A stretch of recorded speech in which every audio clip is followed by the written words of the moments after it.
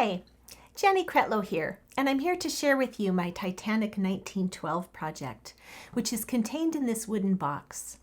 And this box contains some artifacts having to do with the Titanic stories, and it also has an art journal inside that's covered in a separate video. But for this video, we'll talk about the box, and I wanted to start by explaining how I did this. I bought a silverware box at a thrift store and gutted it, and then I customized it outside and in.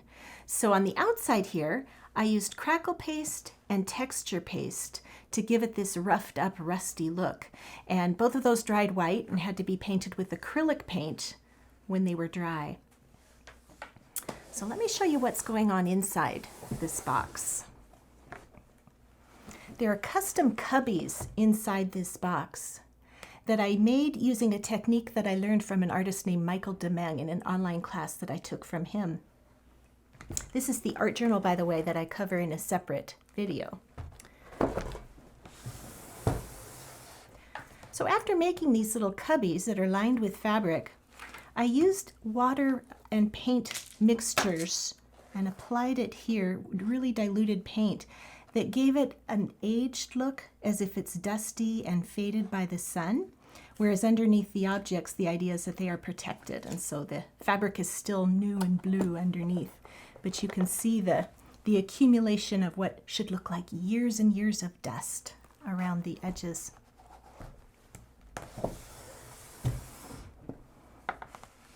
I'd like to tell you the stories that go along with all of these objects. Let's start by taking a closer look at some of the items in the lid. This is a bundle of letters that were in my family that were written in 1912.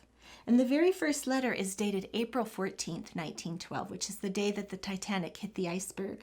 These letters belong to my family. There's some pictures of them there. So in the center here, I have a little case that's got some objects in it. This is a really old photograph that may have been in someone's pocket on the Titanic, and a pocket watch. We have here an old pair of shoes and a little book hidden behind it called Shoes of the Titanic. So I'm going to take these little ones out so we can look at them more closely. That one just slides out. Actually, this one does too, with a little note. Here we have the pocket watch.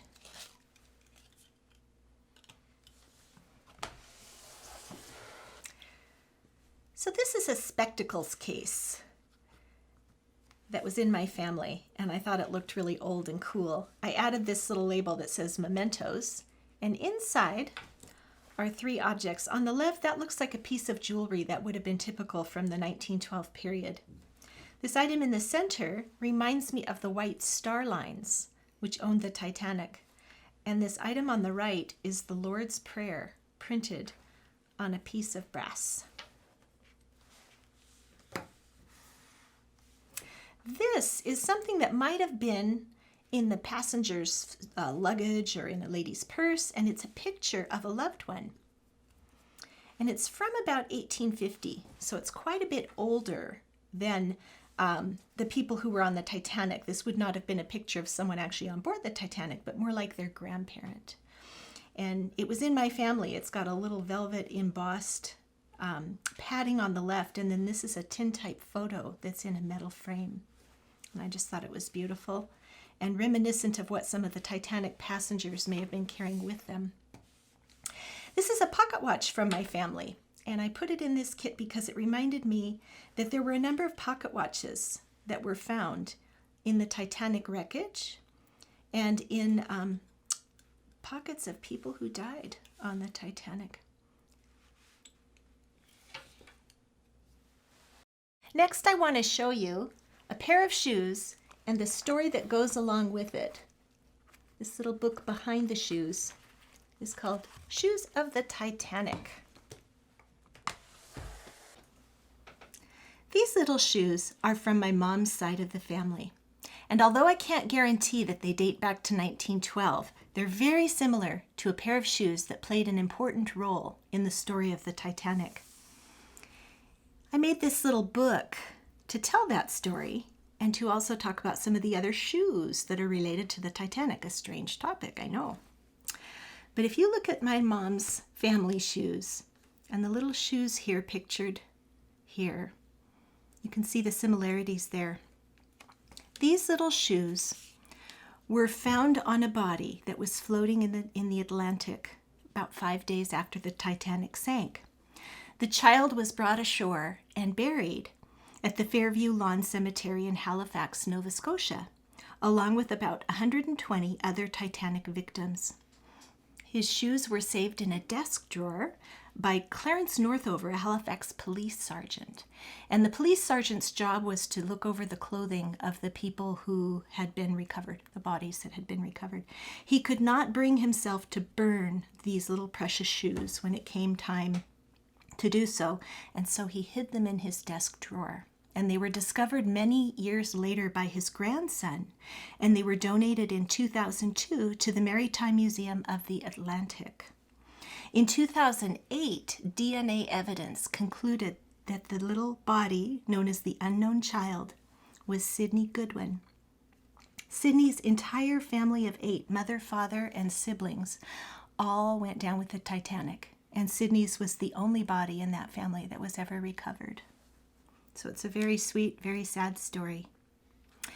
So on the floor of the Atlantic, when they discovered the Titanic debris field, there were a number of shoes in that field, and they were paired together. You can almost imagine the position of the body as it fell to the bottom of the seafloor.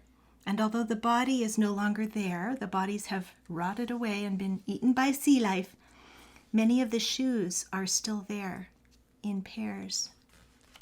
So I included several pictures of those in this little book about shoes of the Titanic. So now we're going to talk about some of the objects that are in the lower part of the case. This is a cigarette case that had been in my family, and it dates to about 1912. And I included it in my Titanic project because inside of this case, instead of cigarettes, I have 9 biography cards about some different people who were on the Titanic. And the backs of the cards tell their stories and indicate whether or not they survived the Titanic catastrophe. This is the captain.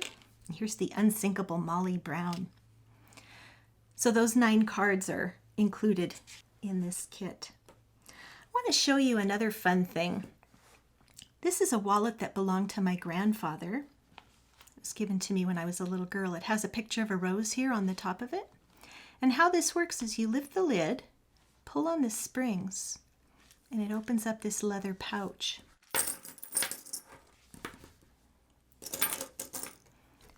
These coins are from around the world, but they're all dated 1912 or older. So the idea is that these coins could have been, theoretically, in the pocket of Titanic travelers on the day that it sank, on April 14th and 15th, 1912.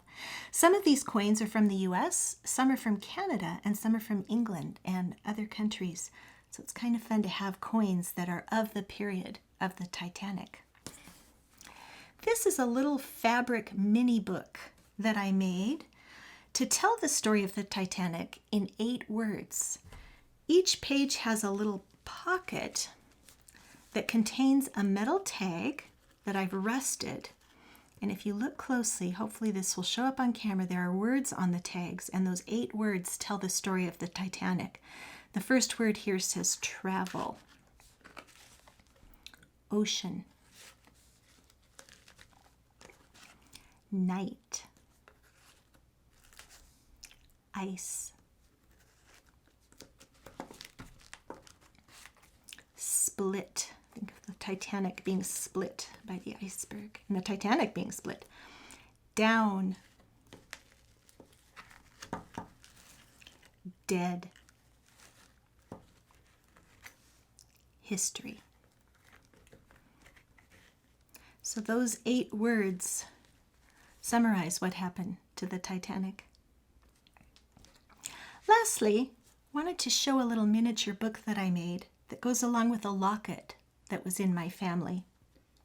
Inside this locket are pictures of Daniel and Mary Marvin.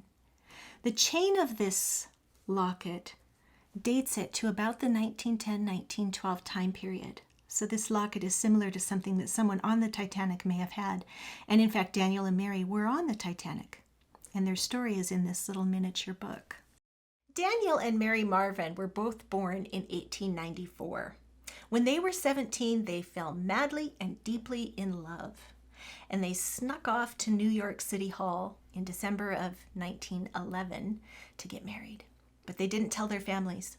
A couple months later, it became obvious that Mary was pregnant, and they couldn't hide that fact, so they told their parents, and their parents insisted on a religious wedding ceremony. The father of Daniel, Daniel's dad, owned the Biograph Company, which is America's oldest motion camera company. And he filmed the wedding, the religious wedding that was performed for them. He also gave them a moving picture camera to take with them on their honeymoon. So the couple went honeymooning in Europe for 4 weeks, visited a variety of cities, filmed each other in different cities. For the return trip back to New York, they boarded the Titanic, and they took pictures of each other on the deck, and other passengers remember seeing them madly in love and taking pictures. On the night of April 14th, they were both in their berth sleeping, and they felt a jolt when the Titanic hit the iceberg. They didn't think too much of it until about 45 minutes later when a steward came and knocked at their door and told them to come up on deck and wear warm clothing. Mary put on her fur coat. Daniel grabbed the canister that contained the film that he had been taking. They went up on deck. Women were loaded into lifeboats. Mary went into lifeboat 10. Daniel tossed the film canister into her. She held it in her lap. And that was the last that she ever saw Daniel. He went down with the ship. His body was never found. Mary was very upset when Daniel went down with the ship and went back to live with her parents until her baby was born about 6 months later. And eventually she came out of her shell. She ended up meeting someone else about a year later, got married again. Her second husband adopted the baby. And she lived until 1975 and died in her early 80s. So what's interesting about this story, though, is that the film canister has never been found. They know that Mary had it in her lap when she was in the lifeboat, but where it went from there, no one is sure. It may be lost to history, or maybe someday it will resurface and have interesting footage of this couple in love aboard the Titanic. Thank you for coming with me on this journey. I wanted to share in closing that there were 3 things about this project that I really enjoyed. The first one is the creative aspect. It was a lot of fun to come up with materials and techniques and using products that would allow me to get the rusty aged look that I wanted. Second thing that I really enjoyed was doing the research. It was fun to learn more about the Titanic, particularly the people's stories. I enjoyed that very much. And the third thing that I enjoyed was bringing in some of my family artifacts, letters, pictures, that sort of thing, and laying them alongside of the Titanic story so that I could see the Titanic in the context of my own family. So again, thank you for coming on this journey with me as we explored Titanic 1912.